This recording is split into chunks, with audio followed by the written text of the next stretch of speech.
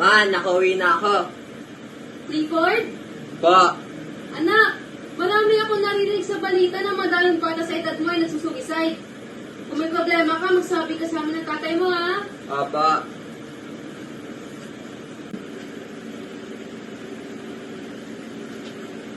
Ay, may podcast. Mapanood nga.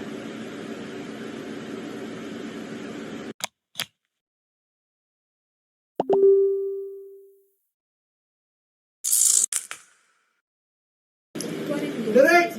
Okay na po. Okay, Yes, game. sir. Camera rolling. Yes, camera rolling. Guys, ready na kayo? Ready! Okay, game. Podcast number 256. Action. Magandang araw sa inyong lahat. Ako nga pala si John Jarrell Di Sameto. Ako si Lyra Constantino. Ako si Nicole Tolentino. Ako naman si Vincent Verblanza, panibagong araw, panibagong episode ng Podcast! Ano nga bang maaari nating pag-usapan ngayong araw? Para magandang pag-usapan yung tungkol sa may mga ganap sa school. School? Kung ano tinuturo sa school? Hindi, kung ano ang mga madilim na tinatago sa school. Ano? Madilim? Grabe ka naman dun. Ano yon? Kapag nagkakamali yung mga estudyante, pinaparusahan at pinapatay sila? Gagi, hindi naman ganun. Ay, hindi ba? Eh, paano ba? Narinig niyo na ba yung chismis na maraming schools na maraming nagko-commit ng suicide? Ah, oo. Naririnig ko na rin yung sa mga sabi-sabi na meron daw na bata na nag-attempt ng suicide sa isang school. Talaga? Natuloyan ba siya? Pagkakarinig ko, hindi raw kasi napigilan siya ng mga teachers. Eh, what if yun na lang ang topic natin, suicide? Yun na lang pag-usapan natin ngayon. Total, hindi naman yun lagi napapag-usapan eh. Bakit nga ba maraming estudyante nagko-commit ng suicide? Mental pressure, depression, problema sa pamilya. Ano bang mga dahilan? Direct, ano ba naisip mong dahilan kung bakit na anong sanig ng mga pagsusuwid ng mga students? Well, may nahanap akong video na sa isang balitang segment na tumutukoy sa interviewer na nag-interview siya ng mga taong may case ng suicidal attempt. So, panoorin natin. Sige, Tara! Play. Let's go!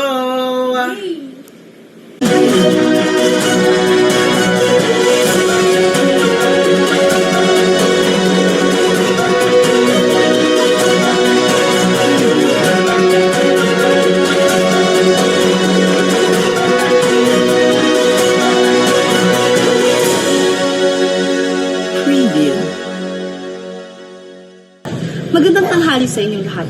Ako si Tricia F. Arquiles at ngayon ay naririto tayo sa Psychiatrist Hospital ng Taguig City.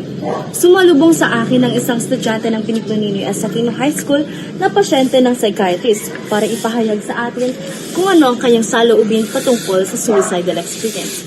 Itago na lamang natin siya sa pangalan Gavin at para na rin sa kanyang personal privacy. Kamusta ang pagkonsulta mo rito sa hospital? Naging mais naman po ang pagpapakonsulta ko rito. Basta paghaan po ang aking pakiramdam at mas feel ko po na may karamay po. Ano ba sa tingin mo yung problema na meron ka at meron din yung ibang tao? Siguro po kung pagbabatayan po ang bilang mag-aaral. Siguro po pressure po sa mga magulang at stress po sa pag-aaral. Yung bahal dito ay, ano ang nais mo nga ipahayag batay sa kinonsulta sa iyo? Siguro po kailangan po nila ng mapagsasabihan po ng problema or karamay po nila para mapagsabihan po nila ng mga kanilang saloobin. Maraming salamat. At ito ang aming balita sa oras na ito. Muli ako si Tricia F. Arquiles. Magandang tanghali sa ating lahat.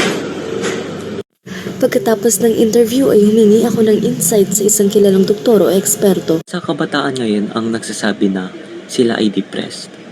And maraming causes ito, tulad ng pagiging heartbroken, pagkamatay ng pamilya, or kahirapan sa buhay. Minsan bullying rin ay isang major cause ng depression. Of course, hindi natin maiiwasan na may mga tao talaga na magpapakamatay dahil sa depression. And para maiwasan natin ang mindset na susuko ka na lang sa buhay imbis na maranasan mo ang depression, pagiging depressed, ay isipin na lang natin na pagkatapos na nararanasan nyo ay life will get better because suicide is not the right choice to make. Ang buhay nating mga kabataan ay mahaba pa. Of course, may mga masasamang experience na mararanasan natin. And may mga magagandang pangyayari rin tayong mararanasan sa buhay. That's just part of life. At ayun nga, Grabe naman yun. Naawa naman ako sa mga magulang na nawalan ng anak. Sana naman yung mga estudyante marunong mag-open up sa kanilang mga magulang, no? Oo, para alam nila na may kakampi sila. at para na may mapayuhan sila. Tama, ang galing mo talaga, Jaren. Ano ka ba? Pero kidding aside, dapat lang na lumalapit yung mga estudyante sa magulang nila, lalo na kapag may problema sila na dinadaanan, kunwari mental illness or depression man yan, o mababa yung grades, dapat lumalapit pa rin sila para mapayuhan sila. Kasi ano man ang mangyari, hindi sila iiwanan ng kanilang mga magulang. Ang sweet. Tama ka talaga dyan. Galing. Pero, magbabalik tayo sa podcast. The next day.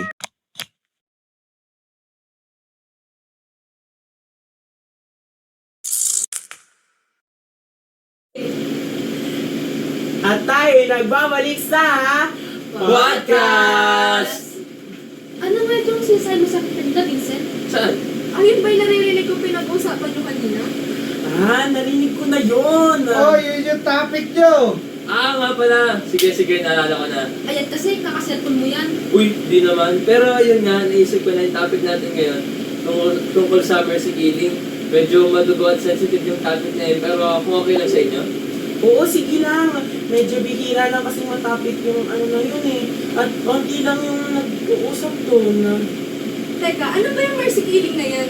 Huwag ka mag-alala at tatawag tayo na eksperta upang mas nating malaman ang tungkol sa ating topic. Wait nga, tawag mo si Trisha.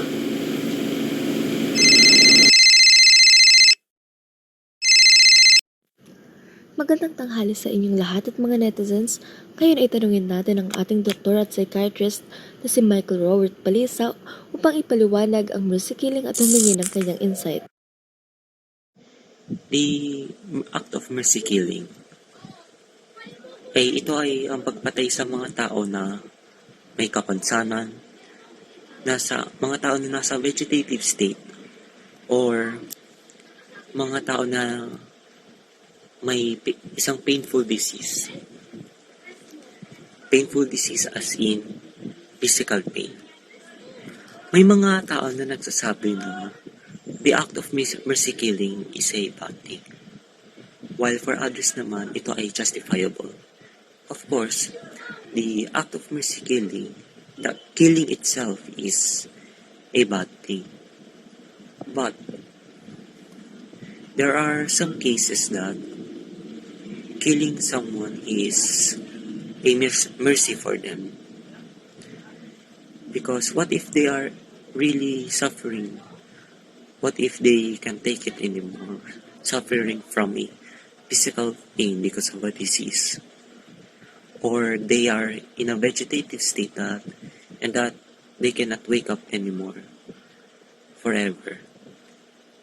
Keeping someone alive just takes more resources away from someone that really needs it. Of course, it still cannot be justified, but it becomes necessary. Ngayon alam ko na, ganun pala mga epekto kapag may mercy killing. Kaya rin pala mayroong mercy killing dahil sa mga mayroong dahilan. Okay, at least ngayon may knowledge tayo about doon. Hindi lang tayo, pero syempre pati na rin yung mga manonood sa atin. Tama, pero may nangyayari na bang ganyan sa Pilipinas ngayon? Kung hindi ako nagkakamali, wala pang Asian countries sa pumapayag sa ganun eh. Sa Colombia kasi pwede yung ganun eh. Ikaw ba, Nicole? Ano yung opinion mo tungkol sa mercy killing? Wala akong masyadong alam doon, pero ang alam ko, against ako doon. Dahil alam ko na lahat tayo may karapatang mabuhay, kahit ano man ang kalagayan natin, at kahit may sakit pa. Kasi hati pala tayo opinion natin doon kasi kumbaga nasa neutral side kumbaga kung halimbawa wala na talagang pwedeng maging lunas para gumaling yung tao kung talagang hirap na siya doon maaaring isagawa yung mercy killing para hindi na siya habang buhay na naghihirap. Kumbaga, kung hirap na siya ngayon, kung sa mercy killing, maaaring itigil na yung hirap na yan, pagpahingay na siya ng tuluyan para mawala na yung paghihirap niya. At syempre, kung may consent ng relatives ng tao. Teka, mukhang napapahaba na yung oras natin Ay, oo nga. So, ayun. Wait. May papakita kaming video tungkol sa suicide pala katulad ng topic natin sa last episode. Panoorin natin.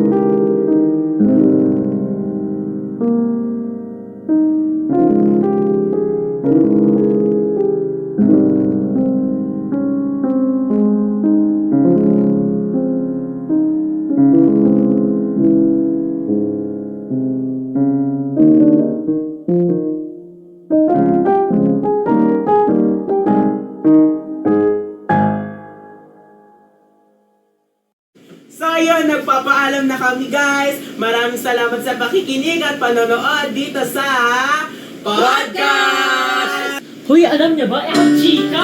Uy,